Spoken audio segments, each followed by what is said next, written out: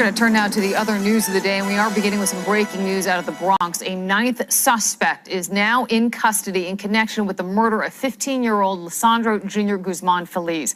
The suspect is believed to be part of the Trinitarios gang. Charges, we are told, are pending. Back on June 20th, you may recall, Guzman Feliz was dragged outside of a bodega in the Tremont section and slashed and stabbed with a machete after police say the group of gang members mistook him for a rival.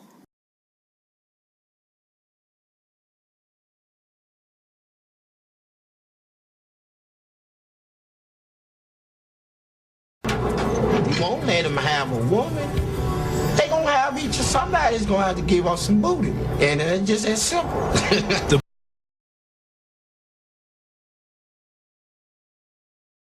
Facing them in court, Junior's mother continuing to show her fight for justice for her son. Eyewitness News reporter Kimberly Richardson live at the courthouse in Melrose with more. Kimberly? Well, Diana, today all of the defense attorneys made their case to the judge, saying cameras should not be allowed in the courthouse, that doing so undermines the fairness of the process. One attorney actually compared the media coverage here to that of the infamous Central Park 5 case and warned reporters to stay away from his client at Rikers. The judge disagreed, and so once again, Junior's family came face to face with his alleged killers. Leandra Feliz walked into Bronx criminal court most likely looking to hear anything. Antonio Rodriguez Hernandez Santiago. Something from the men accused of brutally killing her 15-year-old son, Lisandro Jr., as friends called him, and now the world knows him, was savagely stabbed and beaten. Authorities say by these men, alleged gang members, a case police say of mistaken identity. But today in court, not a single word from the 5 defendants who did appear before the judge. Others chose not to. One of them, Elvin Garcia. This was the 23-year-old shortly after he was arrested. He clearly has an arm injury. Today, his attorney saying his client was in the hospital undergoing surgery on that left arm. Kevin Alvarez faced a judge last week. Officials say that's him dragging the helpless victim out of the corner bodega, a place he tried to hide in, but instead was forced out of and slaughtered. This murder has rattled the city to its core, but Manuel Rivera's attorney told the judge she didn't want her client shown, saying he's just 18 years old, feels his life is in danger. Showing his face and picture exasperates that problem. Sir, please do not step in front of me. As Junior's mom left the building surrounded by court officers, when asked what it was like seeing the suspects, Leandra said, "It was hard. I don't have words to explain it." Now, today we also learned that none of the suspects will testify in front of the grand jury. They're all due back here in court July 16th.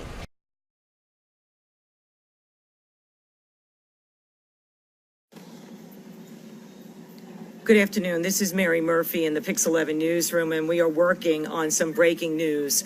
We have confirmed that a leader with the Trinitarios gang is being held at the 48th precinct in the Bronx, and he is expected to be placed under arrest for the June 20th murder of Lisandro Jr. Guzman Feliz. We've been reporting on this story now for almost 2 weeks.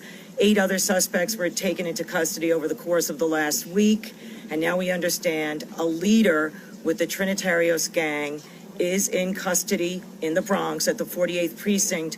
We do have a photographer on the way there. We are getting ready for our 5 o'clock newscast right now, and we will give you information as soon as it becomes available. But the headline is that a leader with the Trinitarios gang in custody now at the 48th precinct, and he is expected to be placed under arrest in connection with the murder, the stabbing, and the machete slaying of 15-year-old Lisandro Guzman Feliz back on June 20th. And we've seen the video over and over again.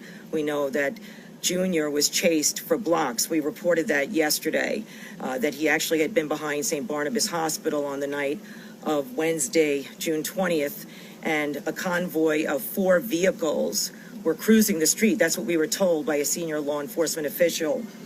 And apparently Junior saw these vehicles and he got scared. He started running, and that's when a chase started. He was chased from this area behind the hospital called the Uriah Murphy Triangle, and then across 3rd Avenue in the Belmont section of the Bronx, and then he cut over on East 183rd Street and tried to get safety inside the bodega on the corner of 183rd Street and Bathgate Avenue. That was very close to his home. He knew the owners in there, and we've all seen the video of him jumping over the counter, trying to get some kind of protection behind that counter, until about 5 of these alleged gang members came storming in and then punched Junior, dragged him out, and then set upon him outside on the sidewalk with knives and a machete. We also know that Junior stumbled back in trying to get some assistance as he was dying. He had a lethal wound to his neck, but he was directed to go to the hospital because the owners of the deli apparently thought that the police would not respond fast enough. And then so very tragically, Junior died on the sidewalk. He bled out on the sidewalk outside the hospital. His funeral was held last week, and 2 scholarship funds were set up in Junior's name by the New York City Police Foundation.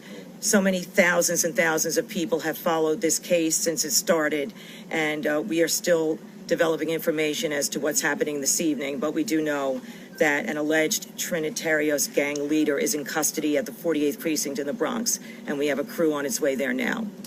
More later on this evening.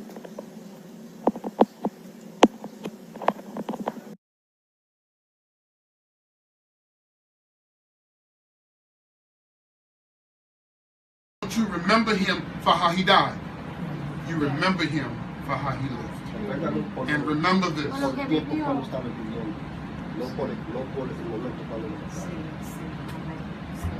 And remember, his life is like a mint candy. When you put it in your mouth, it has a bodily form, as he did. And when it dissipates, it leaves sweetness in your mouth. You remember Junior. You remember him with sweetness, more sweetness, and more sweetness.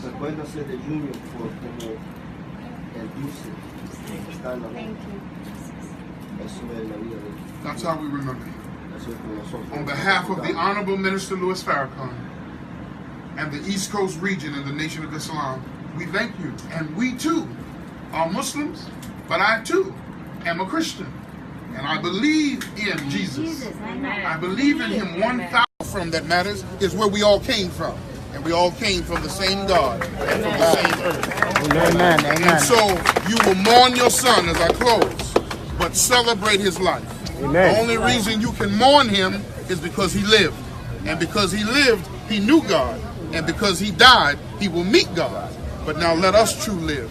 And remember, everything that we do here is not for the deceased, it's for the living. Amen. So may you continue to live the life that you both beautifully have on this earth. And he has siblings, he has children. Where's his children? Where's his siblings at?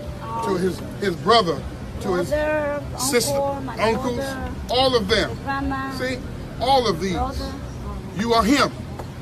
Junior's all with you and you are with him. Amen. With everyone. But I gotta say this to all of us as men.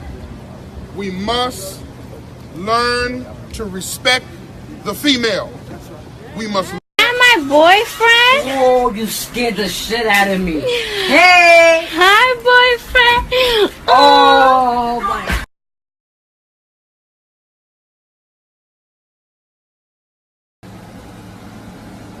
He was playing Fortnite? He was playing Fortnite and everything. He just got out, just got out. How you related to him? I'm his brother-in-law. Oh, well, I live over here too. Oh, so you did? What good do you want to come out of this tragedy? How do you want his legacy, his memory? It's so hard because it's my son. I love my son. I like to have him with me, and nothing like that happened before, you know. But now it's already. I won't gonna have my son back. That can show. Probably that can help the community and everybody to do something to prevent things that not happen with any other kid. because it's too hard. It's hard. It's hurt a lot. I could only imagine. I don't want to see another mother suffering like that. You know, there's have to be example to help to preventing this kind of tragedies. Smoke,